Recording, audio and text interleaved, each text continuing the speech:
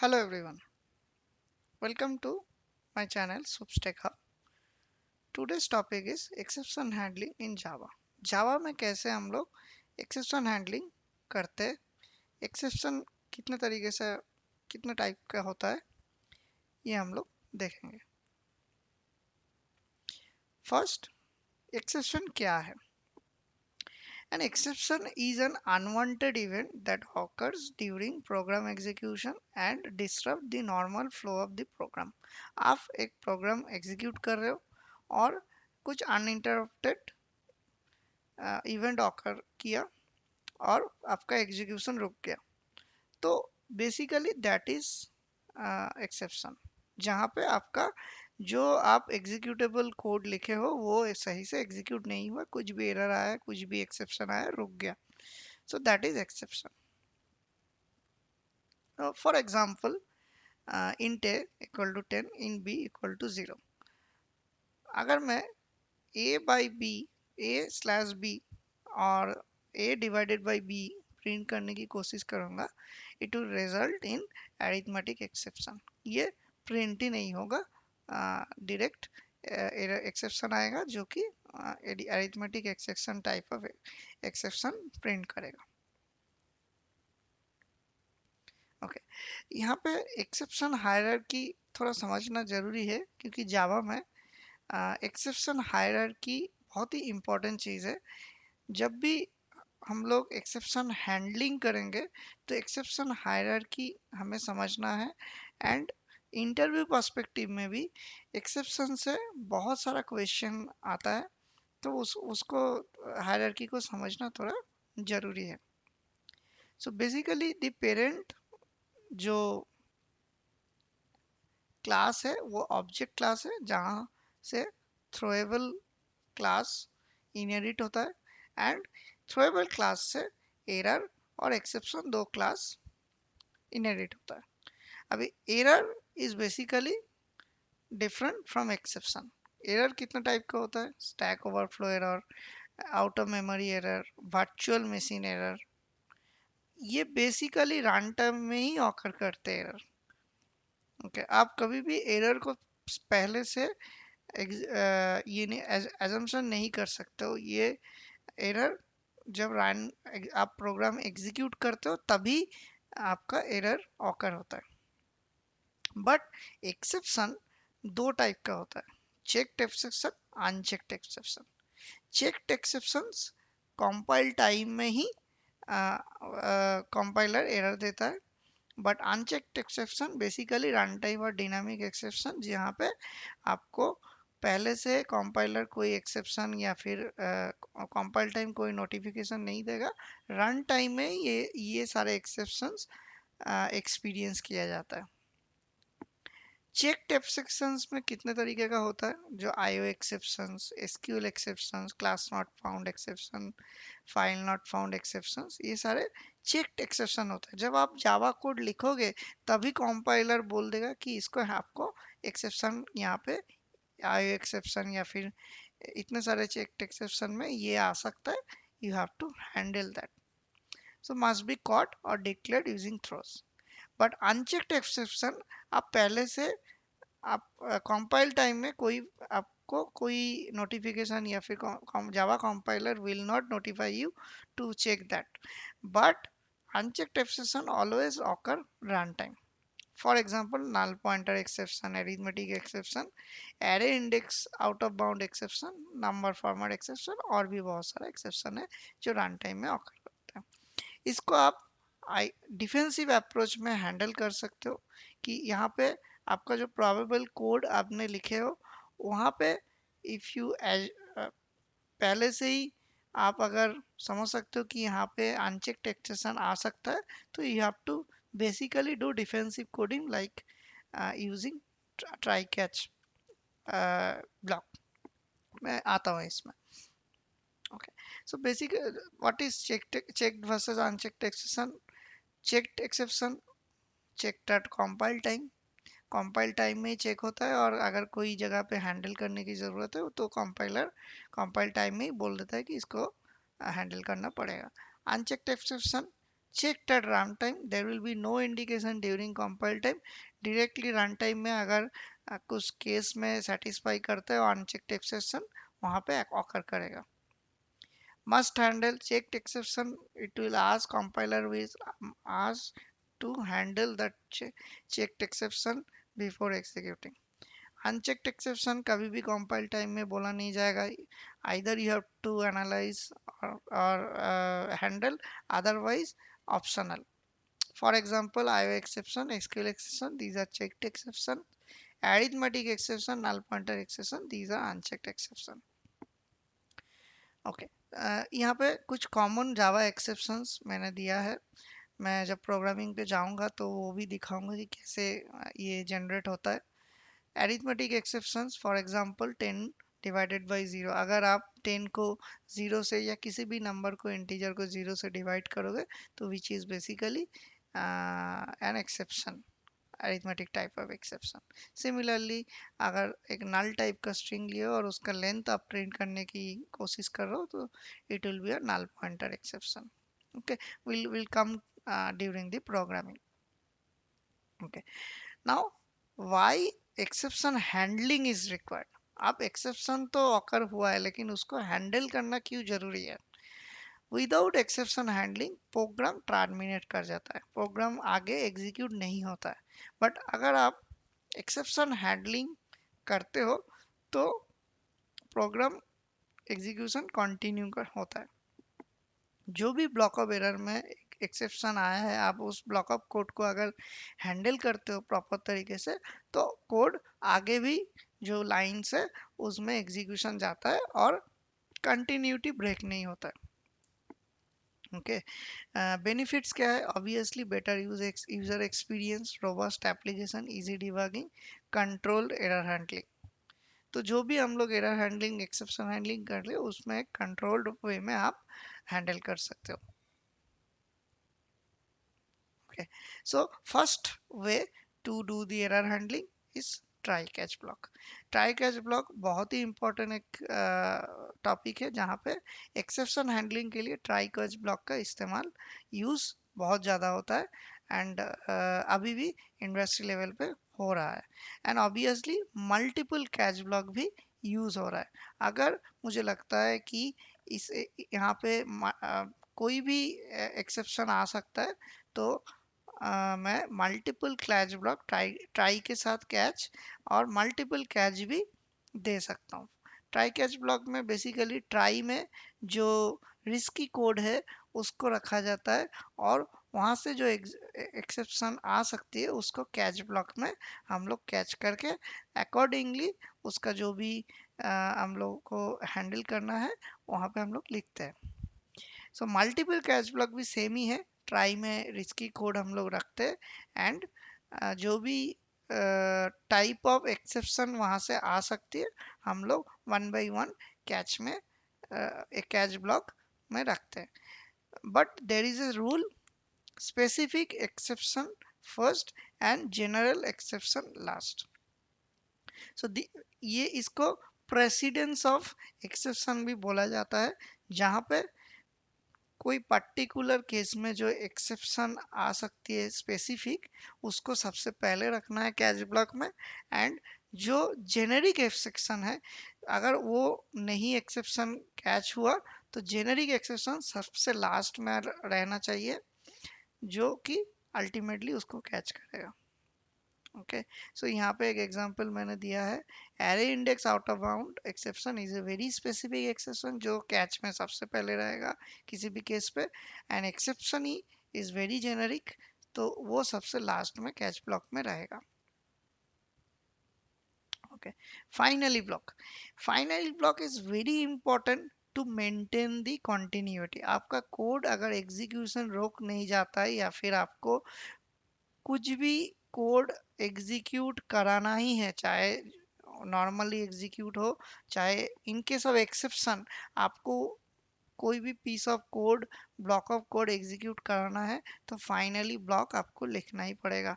It is very very important for memory cleanup, any kind of cleanup, garbage collection, इस type और database connection close, इस type of case में आपको finally block try catch के बाद आपको लिखना ही पड़ेगा, so that it will always execute after whatever exception you are getting, it will always execute the finally block code.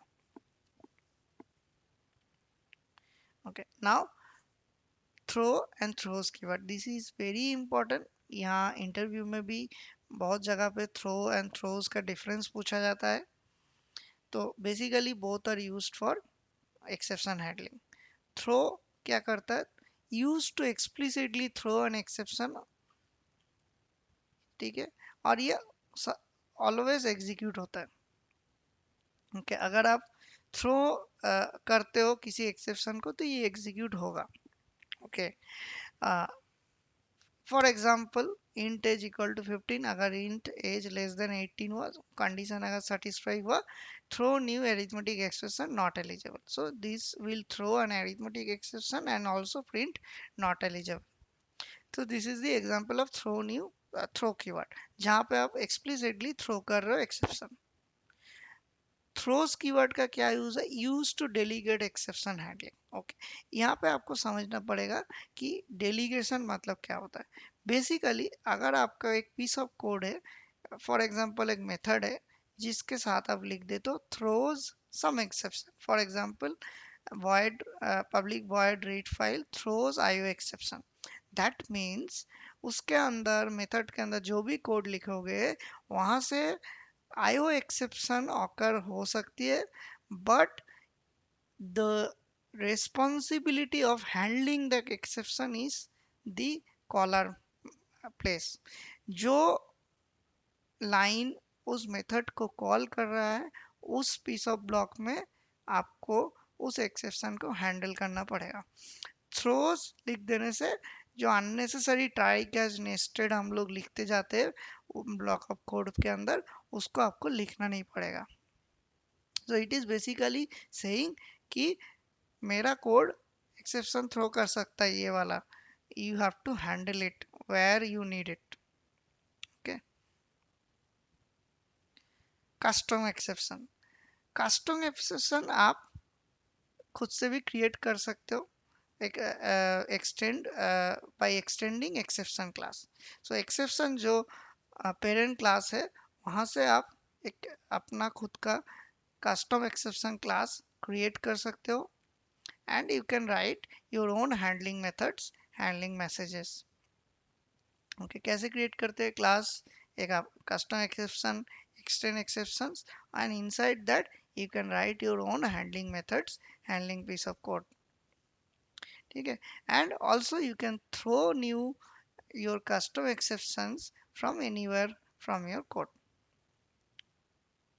Okay तो एक्सेप्शन हैंडलिंग का एक फ्लो होता है जावा में और जेवीएम में। जब एक्सेप्शन ऑकर होता है या फिर जेवीएम जब कोड एग्जीक्यूट करता है तो कैसे एक्सेप्शन को हैंडल करता है। If there is any risky code, exception आया वहाँ पे, अगर नहीं आता है तो it will continue, if there is any finally block it will also execute. Exception अगर ऑकर करता है तो it will go to catch block and then it will go to finally block। Okay so अभी हम लोग देखेंगे कि कैसे हम लोग जावा में एक्सेप्शन कितने तरीके का होता है एंड थ्रो एंड थ्रोज कैसे हम लोग डिस्टिंग्विश करते हैं। तो मैंने यहाँ पे एक क्लास लिया है जहाँ पे मैंने एक first integer I equal to 10/0 लिया है, that means it will cause an arithmetic exception। अगर मैं इसको रन करता हूँ so it will print arithmetic exception। you can see slash division by 0 is not acceptable। similarly अगर मुझे string s equal to null, एक null string लेके उसका length print कराना है, then also it will print a null pointer exceptions। so these are all unchecked exception, क्योंकि compile time पे कोई एरर नहीं दे रहा है, जो भी एरर आ रहा है रन करने के बाद आ रहा है। ओके, सिमिलरली अगर मुझे इंटीजर पार्सेंट एबीसी स्ट्रिंग से पार्सेंट करना है, तब भी मुझे एक्सेप्शन आएगा, and that will be a number format exception. Okay, so these are all different type of exception. अभी इसको हैंडल कैसे करें? ओके, फॉर एग्जांपल मैं एक इंटीजर i इक्वल टू 10/0 लेता हूँ। ऑब्वियसली यहाँ पे अरिथमेटिक एक्सेप्शन आना चाहिए, तो मैं ट्राई कैच यूज़ कर रहा हूँ। इस ब्लॉक के लिए मुझे कैच में इसको हैंडल करना है, तो मैंने यहाँ पे एक अरिथमेटिक एक्सेप्शन का कैच ब्लॉक लिया है, and I am trying to print something as part of the handler. Not cannot divide by 0, something like that.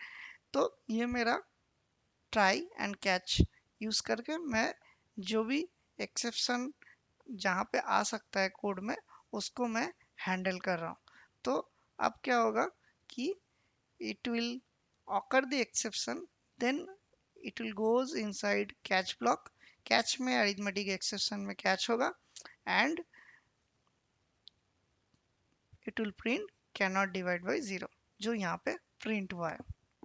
Okay, अभी यहाँ पे अगर मुझे मल्टीपल कैच देना था, तो मुझे अरिथमेटिक एक्सेप्शन सबसे पहले देना है, एंड जो भी जेनरिक एक्सेप्शन होगा वो मुझे सबसे लास्ट में देना पड़ेगा। ओके, तो अगर मैं यहाँ पे देता हूँ, फॉर एग्जांपल यहाँ पे मैं एक्सेप्शन प्रिंट कर रहा हूँ, so but it will still goes into arithmetic exception and print cannot divide by 0। Okay, because यहाँ पे जो एक्सेप्शन ऑकर कर रहा है वो अरिथमेटिक एक्सेप्शन ही है। अगर मैं इस अरिथमेटिक एक्सेप्शन को चेंज करके नल पॉइंटर एक्सेप्शन कर देता हूँ, देन जो अरिथमेटिक एक्सेप्शन है का ब्लॉक है वो नहीं मिलेगा, then it will go to exception block, क्योंकि ये जेनरिक एक एक्सेप्शन मैंने कैच ब्लॉक लिखा है, तो नल पॉइंटर एक्सेप्शन में नहीं जाएगा, तभी यहाँ पे एक्सेप्शन ई में जाएगा, इस कैच ब्लॉक में जाएगा। You can see it is printing exception.